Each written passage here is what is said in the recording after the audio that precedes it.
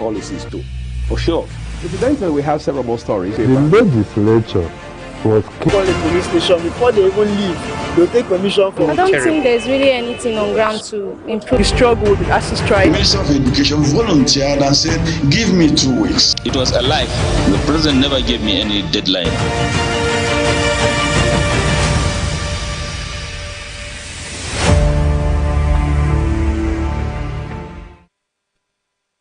Very good morning to you. Thank you for staying with us here on Global Television. I'm Wiyag Mofwegbe, live in Abuja, Nigeria, welcoming you to Global Morning. This morning we have quite a lot to talk about, especially as it has to do with the recent developments. Yesterday was National Economic Summit. The president did say a whole lot about the state of the economy and what his government is doing as part of the overall objective behind the Renewed Hope agenda to drive change, to drive development and growth for the country going forward. Minister of Finance and, of course, Coordinating Minister of the Economy, Wale Edun, had also talked about certain things that this government has achieved in the last couple of months and what it will do in addition, just to ensure that Nigeria leaves its current state and moves to a much better place. Several things that have been said are quite ambitious. The president has talked about how that this government, under his leadership, will drive very drastic and aggressive change in the economy. Several reforms being lined up already. Some 10 trillion naira economy. So on and so forth. Some $1 trillion economy and so on and so forth, and how this will happen. Some people say, well, as ambitious as this may be, it is possible if the government puts the right policies in place and then drives those policies with sincerity of purpose and the right structure in place. The appointments made by the president overall have been commended by many across this country and even beyond. We've seen some reforms in certain critical areas, but other people now say that corruption is a factor, is in fact a monster that must be fought, because that is one element that drives into the ground efforts made by previous governments. So the question is, what happens with this government? What will this government do differently to also be able to check those loopholes and plug all of the holes that had militated against efforts made by previous governments? It's a big concern for Nigeria and indeed for Nigerians. Let's not also take our eye off the fact that there are elections, governorship elections, that is, scheduled for Bayelsa, Imo, and Kogi. INEC is working hard at that to ensure that the elections are not only adjudged credible, fair, free, and transparent, but that it becomes a marked difference from all of the elections that the Commission had previously conducted. Then, of course, we have a special report for you that takes a look at inflationary dynamics and how the increased prices of food items has now become a challenge for everyday Nigerians. So we'll take a look at all of that for you, but let's take a quick break. When we return, we would like to look at the papers. Welcome to Global Morning. The death toll from flooding. Most time our politicians just bring in policies too, for sure. Incidentally, we have several more stories. The legislature was carefully crafted to 22.2% inflation rates as of April this year. What does that say about where we are as a country? I think Nigeria has resorted to being resilient. Before you call the police station, before they even leave, they'll take permission from. I don't think there's really anything on ground to improve. The struggle with ASU strike. The Minister of Education volunteered and said, "Give me 2 weeks." It was a lie. The president never gave me any deadline.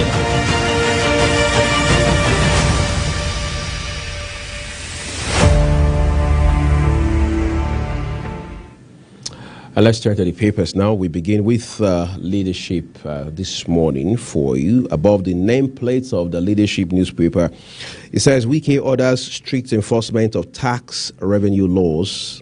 PNID, UK court reverses $11 billion award against Nigeria. And then we have one other story here. It says federal government tackles illiquidity, grants amnesty to FX outside banking system. What's more? Aftermath of leadership report, student loan scheme now takes off in January. Okay, Supreme Court raises poses over Chicago varsity documents. That's on page 4. Yeah, you find details on page 4 of the leadership newspaper. Reserves judgment in Atiku Obi's appeals, dismisses APM suits. What's more? Finds Smart Adeyemi $2 million over Kogi APC governorship ticket. FGIHS Nigeria launch 3 million talent learning initiative. CSO's IPAC seek unbundling of INEC new electoral act. Naira crashes to 1,210 to the dollar. So it's now 1,210 naira to the US dollar. That's how much the naira has been weakened lately, for many reasons, most of which we've talked about on this show time and again. We understand the CBN is now having, for want of better words, sleepless nights, working around the clock to ensure that this damage is reversed as quickly as possible. But there are specifics that must be done to help us strengthen the naira. Even senators, even politicians in high places are now complaining that the Nigerian economy has been dollarized.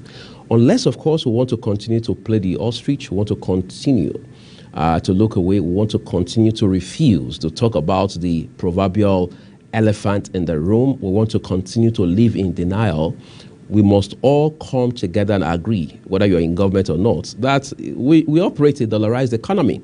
There are now even small and medium-sized businesses that bill for services in dollar. I mean, we've seen these invoices everywhere. So the point is, are we now ready to tell ourselves the truth of how damaged the economy has been and then face the reality of having to go the whole hog to fixing it? Or are we just going to continue to lie to ourselves all day, every day about the state of our naira? As of today, if somebody sends you $1,000, for example, in this country, you already know you are upwards of 1 million naira richer, just because our naira has steadily been weakened against the US dollar. We recall, for example, that 2014-2015, overall, no matter how you look at it, it was less than 200 naira to the US dollar. Every time we ask questions around what has happened in the last 8-9 years, the answers, or some of the answers we get will be, well, there was inflation. I mean, there was, of course, there's always been inflation one way or another. There was crunch, there was credit crunch, there was recession. And then the next thing here is, well, there was COVID, there was lockdown as a result of COVID. And then you hear inflationary trend and so on and so forth. You hear a slump in the price of oil at the international markets. The truth is, for countries that have also been subjected to these realities and have done well, regardless, what have they done differently? What do they do differently? How do they think? How do they project? What do they prioritize? How do they invest? What kind of conversation are they having? It's very important that we begin to understand this, otherwise we'll be groping in the dark. Okay, but again, that's just about our economy as a country. Let's turn to the Nigerian Tribune for you, loaded with stories as well this morning, but we'll begin from above the nameplates of the Nigerian Tribune. Students' loan takes off January. Tinubu says plans on the way to improve foreign exchange contracts. Fuel subsidy pains will be short-lived, he adds. Impeachment. Again, Ondo Assembly writes CJ to constitute panel to investigate Ayedatiwa. I mean, one would have thought that issue had been laid to rest, but now we understand the State House of Assembly is back to business, this time through full throttle, maybe. But again, in all of this, we understand that the State House of Assembly has written to the CJ to say raise an impeachment panel in this regard. Okay, so we wait and see how it all pans out. FG targets $5 billion annually for humanitarian poverty alleviation task fund. OK's $3.45 billion for 5 projects, including $700 million for adolescent girl child education.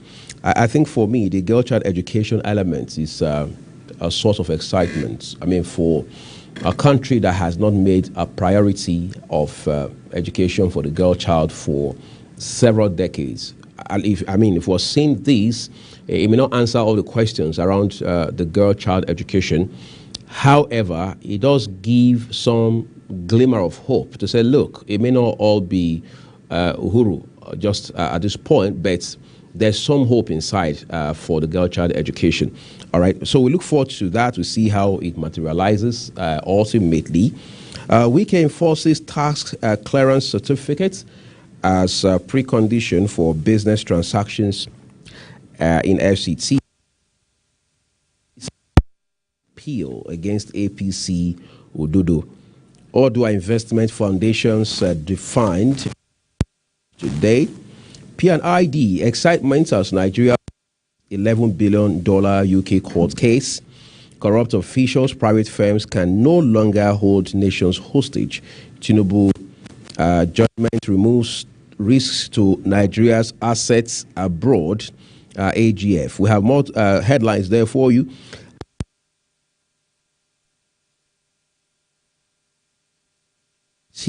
Million for 50,000 naira, suspect says. Can you imagine that?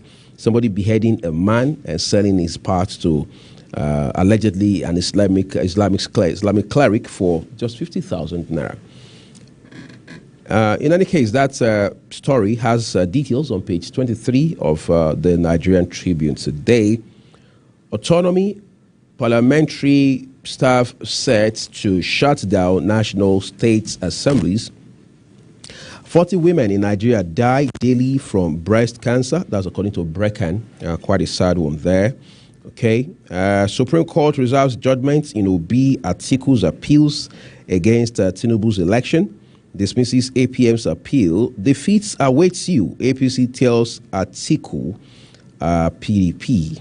We understand that case is still in front of the Supreme Court. As a matter of fact, judgment has now been reserved by the honorable justices. Okay. And then you have the Nigerian Guardian. All right. The Guardian. The Guardian has quite a number of stories as well. One here, the big one actually, says host communities cake as proposed PIA review shrinks 3% allocation. That's on page 6 of the Guardian newspaper. As injunction elapses, Ondo Assembly reopens Ayedatiwa's impeachment process. APC kicks as Supreme Court reserves judgment in Atiku Obi's appeal. P&ID $11 billion award against Nigeria obtained by fraud. Tinubu hails victory. Tinubu targets $1 trillion economy, hopeful of $10 billion inflow to ease FX crisis. All right. One here says FG IHS stars seal $1 billion naira deal on digital communities. Oshun suspends foreign trips for officials. We understand the governor now says that the state is not as financially buoyant as one would have expected, and as such, it now needs to cut its coats according to its cloth, so to speak. Okay, but let's look at the Leadership newspaper. Leadership will begin with the stories above the nameplates on today's front page of the Leadership newspaper. Wike orders strict enforcement of tax revenue laws. P&ID UK reverses $11 billion award against Nigeria. All right. FG tackles illiquidity, grants amnesty to FX outside banking. Okay. But then the blueprints. Yes, let's move to the blueprints real quick. All right. And then the blueprint has a couple of stories underneath the nameplates. FEC targets $5 billion annual humanitarian poverty alleviation trust fund. Okay. NDAIS takes over as Von DG miles to make a difference. 2024 Hajj, you'll be working to airlift pilgrims from cargo airports. Okay, then Nigeria missed Russian-Ukraine war gas demand windfall opportunity. FG, why did we miss it? How did we miss it? Well, you can read it up on page 5 of today's Blueprint newspaper. $11 billion PNID judgment victory for long-exploited Africa. Tinubu says our continent's on receiving end of economic conspiracies.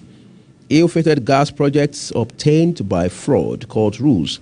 EFCC hails verdicts on pages 6 and 7 of today's Blueprint newspaper. All right. Supreme Court reserves judgment in Atiku's petition against Tinubu. APM withdraws appeal. Obi awaits verdict. Resorts to blackmail can't win case in court. APC tells PDP. What do we have on the Daily Trust this morning? Let's take a look at that for you on the Daily Trust newspaper. Okay, it says first, Supreme Court reserves judgment in Atiku Obi's appeals against Tinubu. APM withdraws. Nigeria wins $11 billion death case against PNID. Bandits evade Katsina community, kill 9, abduct 7. FG automates forex transactions as Naira slumps to 1,220 to the dollar. Amidst illiquidity, what's more, pledges to clear forex backlog. Help manufacturers with subsidy, dawn. Gaza war, obey international law, Western Israel. And then intrigue, suspense as police investigate murder of Maiduguri housewife. Fake OK's $3.45 billion loan to finance power other projects. Insurance sector grows from 827 billion naira to 2.33 trillion naira in 2022. Lastly, we'll follow money now on Business Day newspaper. Let's see the big story on the front page of Business Day newspaper. And it says UK court dismisses $11.5 billion PNID award against Nigeria. Tinubu hails verdicts, says victory is for Africa. How Nigeria plans to source $10 billion to fix FX crisis.